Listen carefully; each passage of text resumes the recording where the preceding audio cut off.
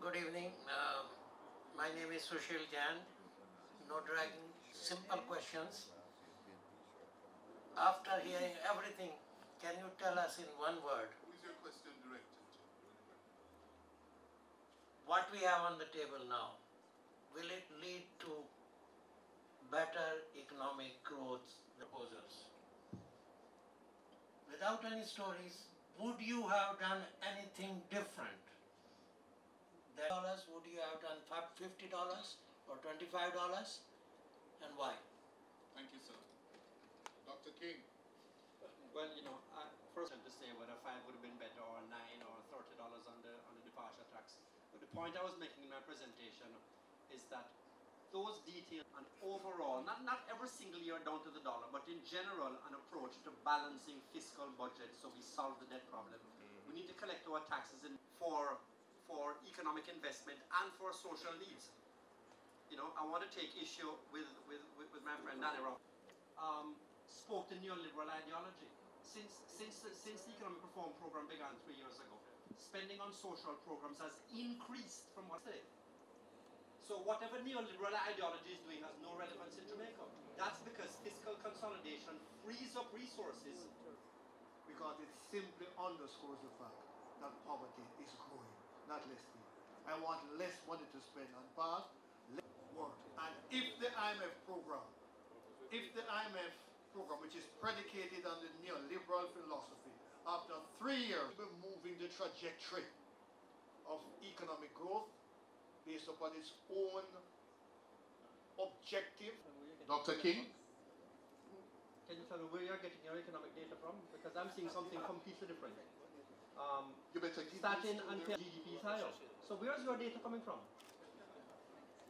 I pointed out that at the end of 2015, every single economic variable was going in the right direction. Where is your data coming from? Examine a period between 2011, 2012, up to 2016. But there have been periods when we have had fluctuations in employment, particularly in the context of the IMF program, to see whether there is a consistent, because we will talk about that after 3 years of that program has come to the conclusion that it is not moving us in the right direction. Then the question, not of growth, but of development, which speaks of... Danny Roberts is correct. I have this macro numbers that Dr. King is talking about. I don't see it. I don't see it in recruiting. I don't see it in demand. I don't see it in education. I don't see it in anything. So there is a set feeling the macro numbers. And that's why I think in addition to the IMF program, we've always said there needs this on growth while abiding by the IMF program, reform program. We have not thrown that out at all because we see this very heavy growth agenda. Thank you very much, Minister. Mr. Rob. Thank you, Mr. So we can make those comparisons and settle that. Okay. Important question, which Mr. Rob, is one. In relation to one of the questions that you asked, would we have done something different? I would rather that we had brought a worker. I am concerned with the increase in money that will go to the workers if the marginal propensity to import was calculated with this amount of money. And what amount do you expect to fly through the window, bearing in mind our desire for foreign goods and foreign products? Were this to place additional pressure on the exchange rate, what will be the contingency? Secondly, No, we'll let them answer the first one. Minister, you want to take that one, or? I think you. Heard him say, buy Jamaica, buy the things that are manufactured here, buy Jamaica. We're encouraging you to support the local industry. That was a message coming out of yesterday. And I know when we look around, over the last 3 years, there have been significant efforts at replacing imports in one way, shape, or form. And you know, that's going to help. Other than that, Cliff, you know, it's our individual decisions, and we can only speak from the pulpit. We can only encourage businesses to, you know, make more here, manufacture more here. We can only encourage consumers to buy the things that are clearly, you know, Jamaican or have a high Jamaican content in it. So we hope people do that in their individual lives. Thanks. Can produce most of those goods that are coming overseas, so we could have good import substitution. But the problem is they're not organized to benefit from this. So they don't have the kind of machinery and equipment that is used overseas. And they would love to benefit from some of those machinery that is used overseas. So one of the things we have been encouraging them to do is to kind of come to the forefront, organize themselves, get themselves in a place where they can do that. But to take that a little further, one of the things that we realize is that some of them are just too small to do that alone. So what they have to do is to now collaborate with others in the same business and see if they can get the machinery and equipment that they need. So one good thing that points to is a special economic zone. Because one of the things that we heard coming about this zone is that you could use, or you could have machinery and equipment and space available to these small manufacturers so that they can go into the zone and use the zone. So that's one thing I think that the government, you know, can really take on and address. And it really, really, in my view, at the end of the day, will affect the dollar, because I think 50 cents out of every dollar of income goes towards consuming overseas goods, which means it will have an impact on the dollar. So we have to really be careful and make the right steps now. But you didn't hear Damon King shooting down special economic zones? Or you don't agree with it? Anyway. Yes, sir, you have a second question? Yes, sir. Quickly. The observation I've made is that the lowest quartile of the employee group, those who are getting 11,400 and less, are going to be asked to subsidize those who are getting the higher income. For example, the lower quartile will be faced with increased electricity, increased transportation costs, increased water bill, because most of JPS is used to drive water commission facility. But Mr. Charles, they said that the BOJ has processed the numbers and it's expected to come out at 0.2% in terms of impact on inflation. You don't buy that? And that's No, sir, I don't. Only 1 year. I don't, because After that, no effect. Good. Thank you, sir. We have a caller online now from Nationwide Radio. A caller who many of you will know. He's been a veteran. What do you think about the Petrocaribe now?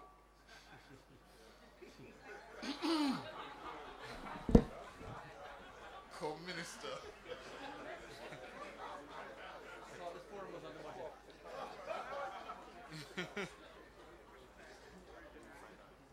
Okay, the Petrocaribe deal. No, the Petrocaribe deal. If you look in the budget this year, you will see a significant billions of dollars coming from Petrocaribe to central government to pay back the interest expense on the debt that was raised on the capital markets, right? So it's not available for anything else to do other than pay back the debt. I thought that was a poor use of funds from Petrocaribe, and still do. But don't take my word for it. There's an IDB study that looked at the Petrocaribe deal, and what it said was, yes, while in the first year there was a reduction in the debt to GDP, you really give it back at the rate, I think, of about 1% per year because of the additional interest expense that you have to pay. So, you tell me. All right? Hold on, Garnet. Garnet, in the audience is the Chief Executive Officer of the Petrocaribe Fund. my cousin, Dr. Wesley Hughes. Dr. Hughes, would you like to comment on what you heard from the minister a while ago?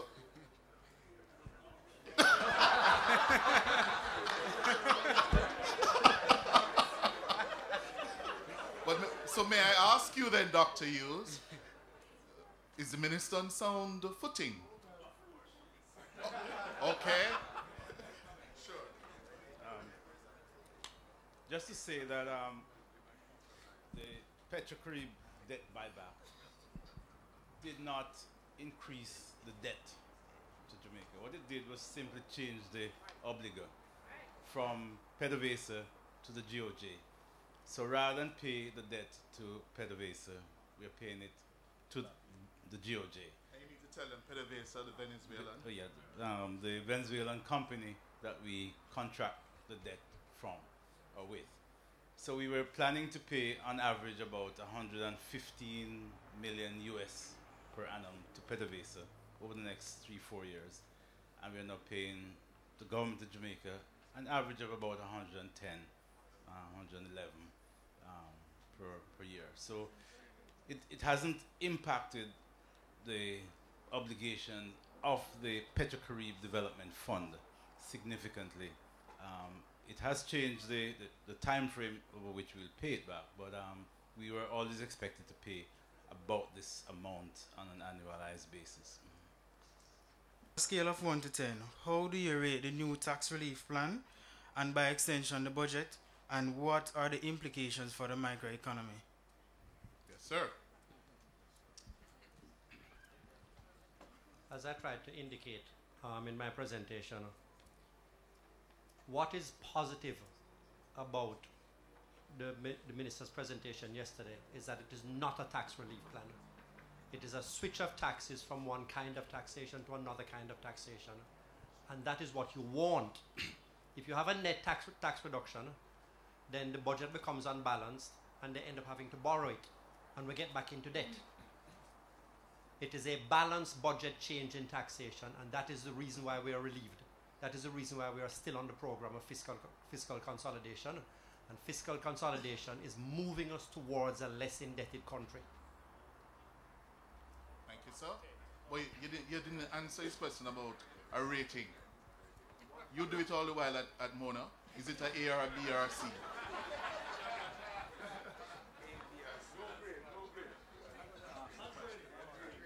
Dr. King, you're on the spot. No? No?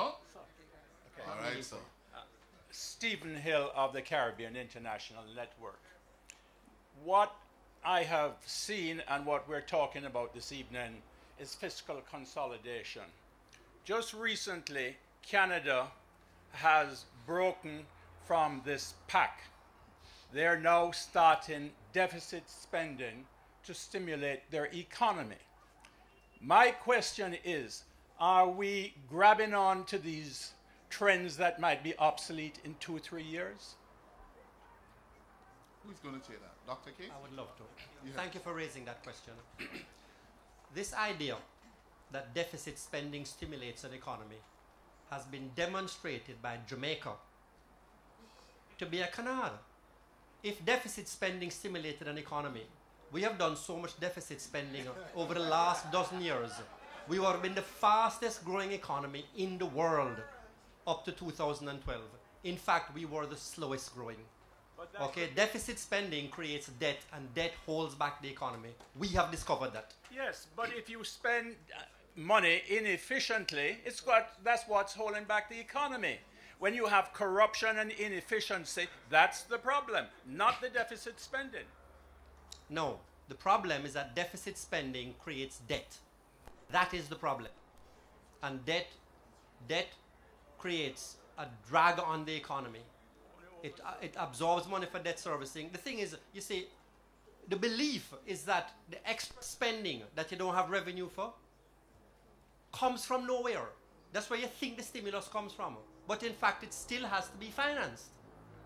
The financing has to come from somewhere. When you take it from borrowing, you're not stimulating the economy.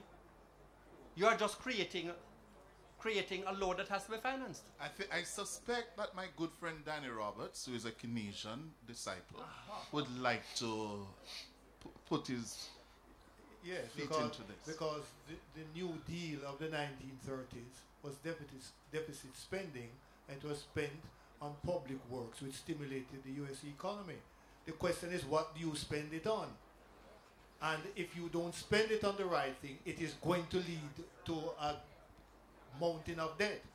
But in an economy where aggregate demand is critical to investment, and you have stagnant wage and low growth, there has to be something to stimulate aggregate demand so that investors, the investment of which you spoke about, Damien, can be attracted to Jamaica. And I don't know what other option.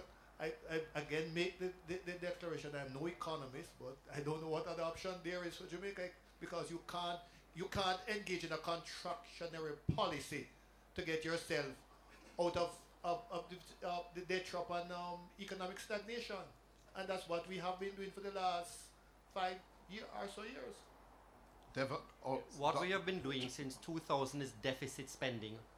It did not work. So, Chairman, I want Devon to take, Barrett, yes? Right, I want to take away the deficit part of the spending and just stick with spending. And just to reiterate a point I made in my presentation about the capital spending needs, right? Because I think we need to get to that place where we can get more capital spending in the economy, or else we're not going to get the growth that we need. So look on what happened in the 2000s with the hotels. Look at all the spending that happened there. The government never spending those monies, but they facilitated the spending by getting the economy in the place that needed to be to get that spending done. So I'm saying it's a similar situation that needs to happen now. They have entities that needs to spend. They don't have the money to spend. Get them privatized and let them raise the money in the marketplace and get the spending done. That's where Thank you. All right. 1.5, not with immediate effect.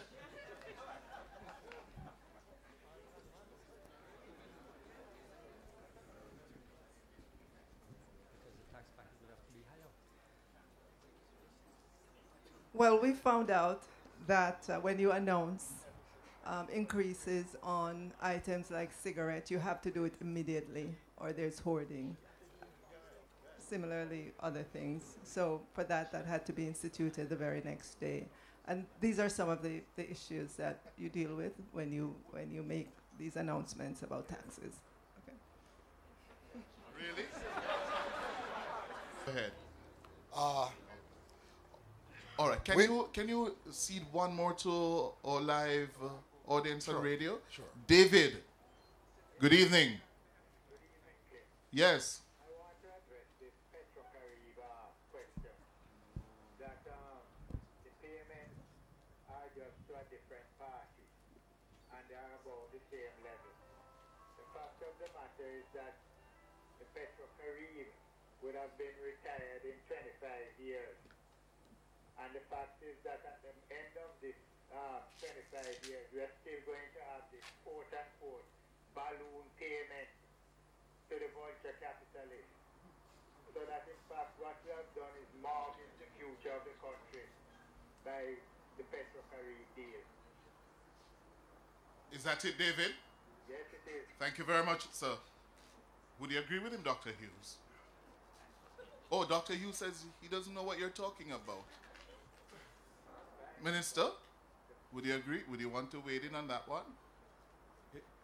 He's saying we're mortgaging the future of the country. Well, what we've done is substitute a debt that we would have been amortizing for one that we are only paying the interest payment right now. So yes, in fact, at the end of the maturity period, you do have a balloon payment, a big payment that you have to then go into the market to try to refinance. I think that's what he's talking about. Whereas you would have been finished paying the Petrocaribe deal by that time. Okay. All right. Sir? With regard to the exchange rate. Yes, sir. I want to ask this question in a way and in a manner that I'm sure most of us here are familiar with. What the hell is going on? The fact is that over the last week or so, the rate has moved from, I believe, somewhere in the region of 123.50. We are now looking at 125. I think today it was 124 something. I want to find out whether or not there is a targeted program with which the rate is targeted to go to, what that rate is, if it in fact so, and has anyone considered the implication in terms of the overall inflation, the cost of living, and the way in which it will impact all of us, especially the poorest among us. I suspect if they know the targeted rate, they wouldn't tell us though. But the minister? Are you back?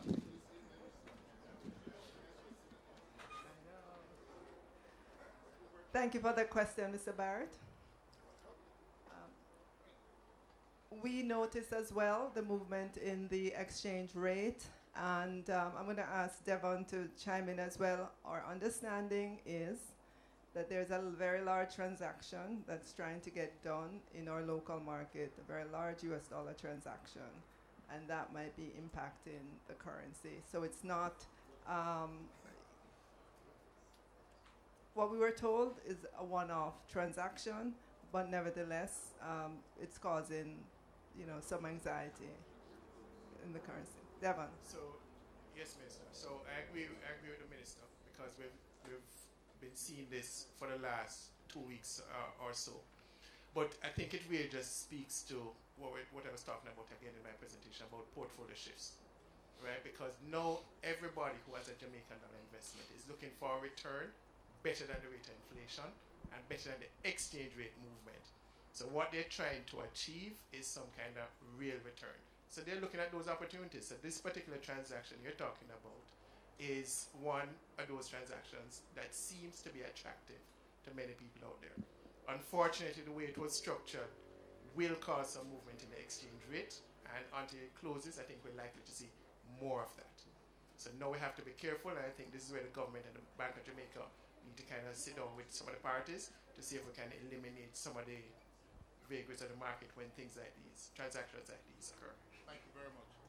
Mr. President. Yes, I wanted to add a point which is beyond the current exchange rate movements, and to just remind us to bear in mind always the benefits of a more competitive exchange rate. So over the last couple of years, yes, the Jamaican dollar to US has moved from in the 90s up to now 120. But what has happened, and I think Devon alluded to that in his previous comments, a lot of manufacturing, a lot of products that were previously being imported we have now started to manufacture them here. If you recall, over the last 18 months, companies such as Red Stripe and Grace Kennedy and many others have repatriated their production to Jamaica because it now makes sense for the production to be done here rather than us importing those finished products. And so the improvement in our trade deficit that we have seen, part of that, most of it is attributable to the reduction in the oil price. But check the food imports in US dollars. We have also seen a reduction there because there's been the local food manufacturers have seen it more viable to produce locally. And also I think we want to pay attention. The challenge that we have going forward is how more manufacturers can begin to exploit this new macroeconomic framework. And I think that's the challenge. And we stand ready to help them. All right, we have access to consumption taxes is that you don't have to find them. Yeah, they'll find you. All right. So we're not talking around the issue. That issue has been addressed in the commitment to move to consumption taxes. Thank you, David. Jackie. Okay, good afternoon, everyone. Good evening. Just a quick, I'm not sure if it's a question or a recommendation. I'm from the University of Technology, Jamaica, and I'm speaking on behalf of the youth, the young people, the young graduates. As we speak, they're mobilizing themselves to have their voices heard. The highest unemployment in our country is among the young people who are spending, sacrificing, studying, and they're coming out very qualified more than many years ago. What specific programs is the government as well as corporate Jamaica putting together to guarantee our young people, guarantee opportunities that will inject growth in the economy. They are smart, they are bright, they're struggling at school to pay school fees, they're crying on a daily basis, they cannot eat, many of them. I help them from day to day. We have great programs, and they are the engine of growth for our economy. Who's going to take that one? In fact, a recommendation, we are encouraging international investments, the Chinese. Some of these contracts that the government is embarking on, can we guarantee a percentage of our young people employed to these contracts? You're operating a market economy, my dear. There's no such thing as guarantees. Tied in the contract. Let the minister.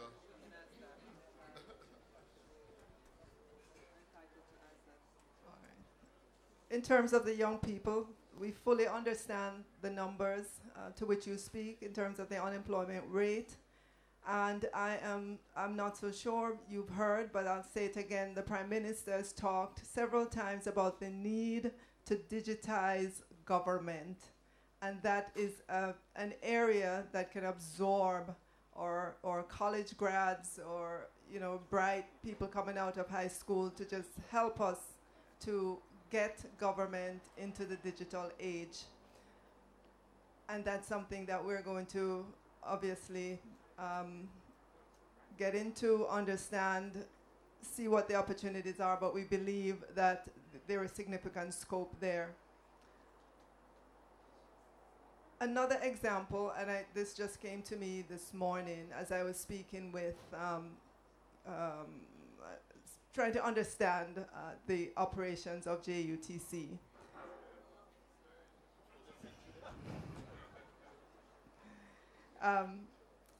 They told me that some time ago there was this idea that in collaboration with HART, they would be hard to train young men in terms of repairs, to be able to repair the buses. There are over 300 buses, and a lot, many of them are sitting down in need of whatever spare parts, people to work on them. That idea went nowhere. I mean, these are some of the things that this government is going to pick up and do, because we see the employment potential there, but also there are areas. It's not just a Jeep job. It's not just bushing the sidewalk. You are learning a significant skill as a young person that you can take anywhere in the world that you go, and it will be significantly beneficial in terms of increasing the efficiency with which the government operates, producing cost benefits, for us as we go along. So those are just two examples of areas that we can look to. Is that most of the trained mechanics at JUTC have migrated. Gone to Canada. To Canada. Yes, sir.